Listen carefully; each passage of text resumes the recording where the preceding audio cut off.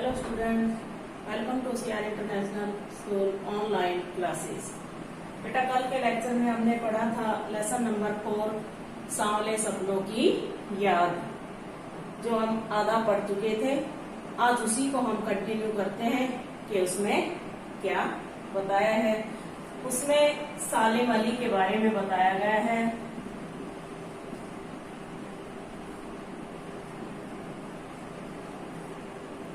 जो प्रकृति से, पक्षियों से बहुत प्रेम करते हैं। आज उन्हीं के बारे में हम आगे कंटिन्यू करते हुए उसी लेसन को आगे पढ़ते हैं। तो देखिए, हम पढ़ चुके थे कि सालिम अली की जो दूरबीन थी वो उनकी मौत के बाद ही उनकी आंखों से उतारी गई थी। यानी वो पक्षियों से इतना प्रेम करते थे कि हमेशा दूरबीन लगाकर पक्षियों को ढूंढते देखते रहते थे। अब आगे देखिए कि उन जैसा बर्ड वाचर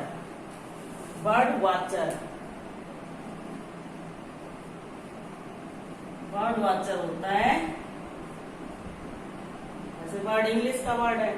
बर्ड वाचर पक्षियों को देखने वाला। उन जैसा बर्ड वाचर शायद ही कोई हुआ हो,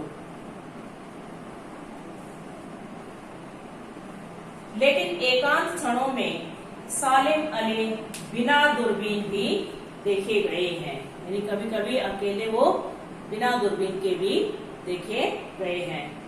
दूर क्षितिज तक, क्षितिज क्या होता है? जो हमारी किताब का नाम है, क्षितिज होता है जहां पृथ्वी और आकाश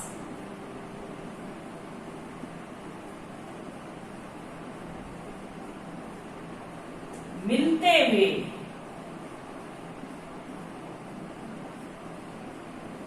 प्रतीत होते हैं।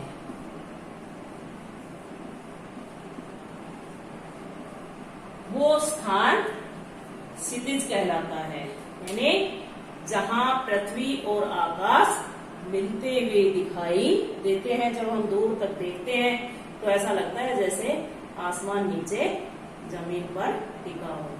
जो हमारी किताब पर चित्र भी बना हुआ है, ये देखिए, नीचे पृथ्वी और ऊपर ये आकाश, ऐसा लग रहा है जैसे ये इस पर टिका हुआ है। तो दूर क्षितिज तक फैली जमीन और झुके आसमान को छूने वाली उनकी नजरों में कुछ वैसा ही जादू था जो प्रकृति को अपने घेरे में बांध लेता है। सालिम अली उन लोगों में थे जो प्रकृति के प्रभाव में आने की बजाय प्रकृति को अपने प्रभाव में लाने के कायल होते हैं। यानी सालिम अली एक ऐसे व्यक्ति थे जो प्रकृति को ही अपना, कायल का मतलब होता है प्रशंसक,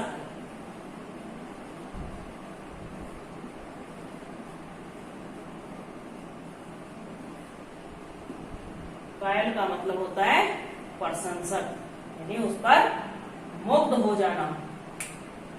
तो सालिम अली एक ऐसे व्यक्ति थे जो प्रकृति को अपना प्रशंसक बना लेना चाहते थे। उनके लिए प्रकृति में हर तरफ एक हंसती खेलती रहस्य भरी दुनिया पसरी थी। यह दुनिया उन्होंने बड़े मेहनत से अपने लिए गढ़ी थी। गढ़ना होता है बनाना, गढ़ना, बनाना, अपने लिए गढ़ी थी यानी बनाई थी। यह इसके गढ़ने में उनकी जीवन साथी तहमीना, उनकी पत्नी का नाम क्या था? तहमीना। तहमीना ने काफी मदद पहुंचाई थी। तहमीना स्कूल के दिनों में उनकी सहपाठी रही थी। यानी वो उनके साथ स्कूल में पढ़ती थी और उन्होंने भी उसकी दुनिया रचने में काफी मदद की थी। अपने लंबे रोमांचकारी जीवन में ढेर सारे अनुभवों के मालिक सालिम अली एक दिन केरल के साइलेंट वैली को रेगिस्तानी हवा के झोंकों से बचाने का अनुरोध लेकर चौधरी चरण सिंह से मिले थे। ये चौधरी चरण सिंह कौन है? ये उस समय भारत के प्रधानमंत्री थे और ये जगह है साइलेंट वैली केरल में। वो उजड़ने के कगार पर थी तो उसका प्रस्ताव लेकर, वो बचाने का प्रस्ताव लेकर प्रधानमंत्री से मिले थे।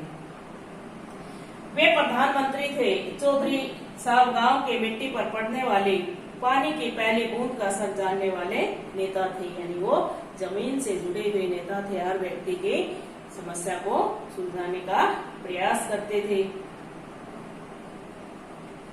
पर्यावरण व संभावित खतरों का जो चित्र सालेम अली ने उनके सामने खींचा, उसने उनकी आंखें भी नम कर दी। यानी सालेम अली ने जो बातें उनको बताई थी, जो जो समस्या थी प्रकृति पर्यावरण के, उन समस्याओं को सुनकर चौधरी चरण सिंह की आंखें भी नम हो गई। यानी उन्हें भी लगा कि ये तो वास्तव में ही बहुत बड़ी दुख की बात है, बहुत ही नुकसान वाली बात है। आज सालेम अली नहीं है, चौधरी साहब भी नहीं है। कौन बचा है जो अब सोंधी माटी पर उगी फसलों के बीच एक नए भारत की नींव का संकल्प लेगा? यानी आज सालेम अली भी नहीं है, वो भी मर चुके हैं, चौधरी चरण सिंह भी नहीं है, तो अब इस पर्यावरण की, इस प्रकृति की रक्षा कौन करेगा? कौन बचा है जो अब हिमालय और लद्दाख की बर्फीली जमीनों पर जाने वाले पक्षियों की वकालत करेगा? वकालत का मतलब होता है उनकी रक्षा करना, उनका पक्ष लेना। वकालत का मीनिंग पक्ष लेना।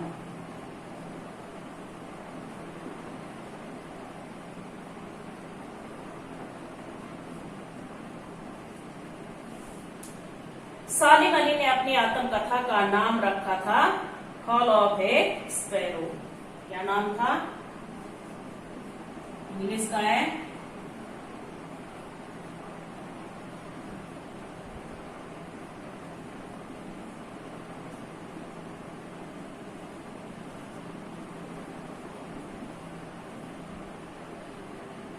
ये उन्होंने अपनी जो आत्मकथा लिखी थी उसका नाम लिखा था।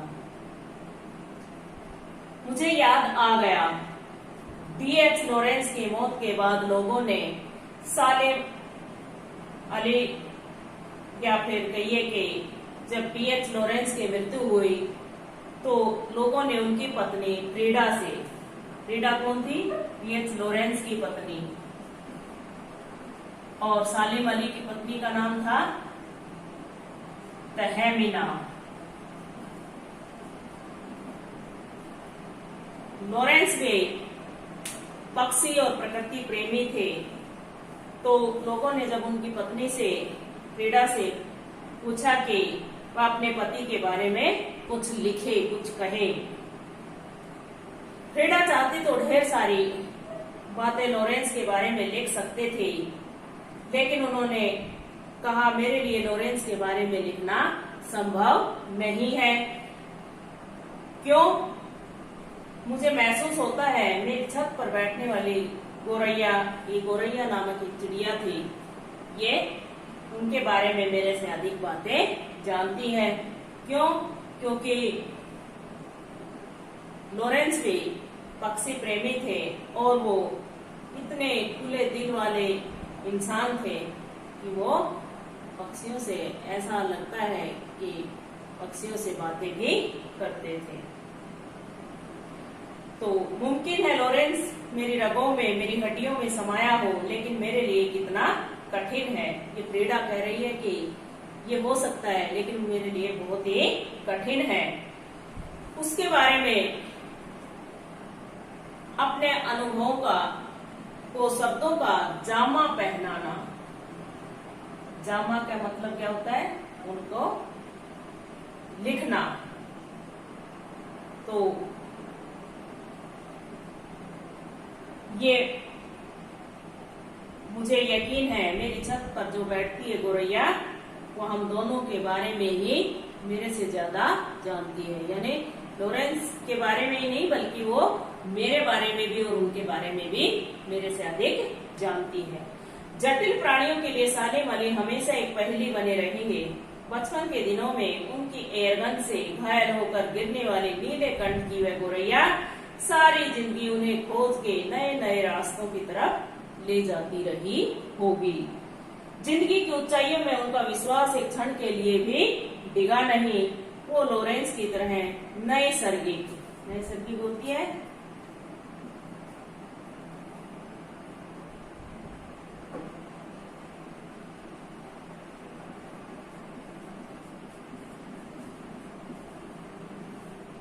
नैसर्गिक का मतलब होता है प्राकृतिक या फिर स्वाभाविक, यानी बनावटी नहीं। नैसर्गिक जिंदगी का प्रतिरूप बन गए थे। सालिम अली प्रकृति की दुनिया में एक टापू बनने की बजाय अथाह सागर बनकर उभरे थे। जो लोग उनके भ्रमणशील स्वभाव और उनके यायावरी होती है घुमक्कड़ स्वभाव, घूमने वाला,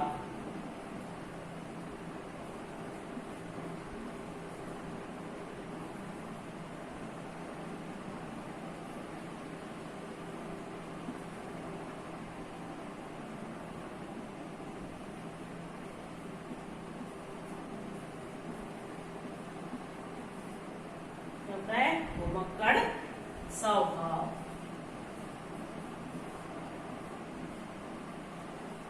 घुमक्कड़ स्वभाव और को जानते थे और उन्हें महसूस होता है कि वो आज भी पक्षियों के सुराग में, यानी सुराग होता है तलाश में, पक्षियों की खोज में निकले हैं और बस अभी गले में लंबी दूरबीन लटकाए अभी वापस महत्वपूर्ण नतीजे लेकर वापस आने वाले हैं। यानी ऐसा लगता है कि अभी उनकी मृत्यु नहीं हुई है, वो अभी जिंदा है। इन लोगों को अभी भी विश्वास नहीं है कि सालिम अली की मृत्यु हो चुकी है। उनको ऐसा लगता है कि वो अब भी पक्षियों की खोज में कहीं गए हैं और थोड़ी ही देर में कुछ महत्वपूर्ण नतीजे लेकर, परिणाम लेकर वापस लौट आएंगे। जब तक वो नहीं लौटते क्या उन्हें गया हुआ मान लिया जाए? मेरी आंखें नम है सालिम अली, तुम लौटोगे न? लेखक क्या कहता है कि जब तक वो वापस नहीं आएंगे तो मेरी आंखें नम रहेंगी, और पूछता है कि तुम वापस जरूर लौटोगे। लोगों को विश्वास नहीं हुआ है कि अभी तक सालिम अली मर चुके हैं, उनके मृत्यु हो चुकी है। तो आप जो आपने क्वेश्चन फाइंड आउट करने हैं अपनी रफ नोटबुक में, वो क्वेश्चन नोट कीजिए, दो या तीन जो भी।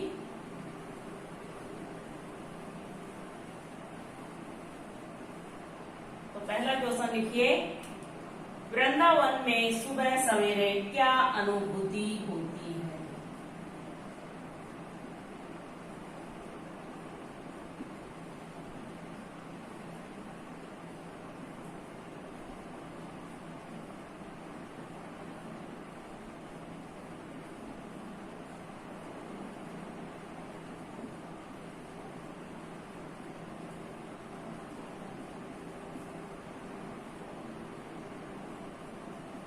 पहला क्वेश्चन लिखना है, वृंदावन में सुबह सवेरे क्या अनुभूति होती है? और दूसरा लिखिए,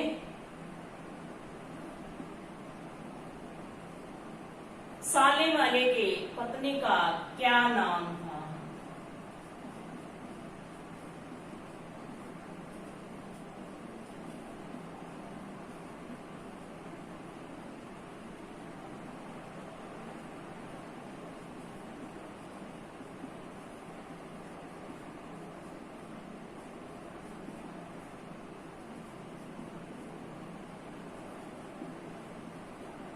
तीसरा, सहपाठी का क्या अर्थ है?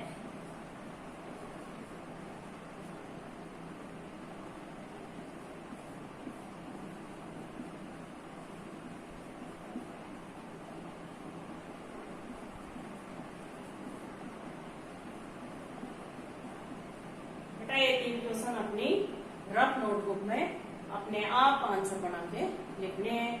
बाकी जो अभ्यास के प्रश्न उत्तरों की वो मैं आपको लिखवा दूंगी। ये आपने आप खुद लिखने हैं। ठीक है बेटा, ये हमारा लेसन समाप्त हो गया है, सांवले सपनों की याद। ठीक है, धन्यवाद।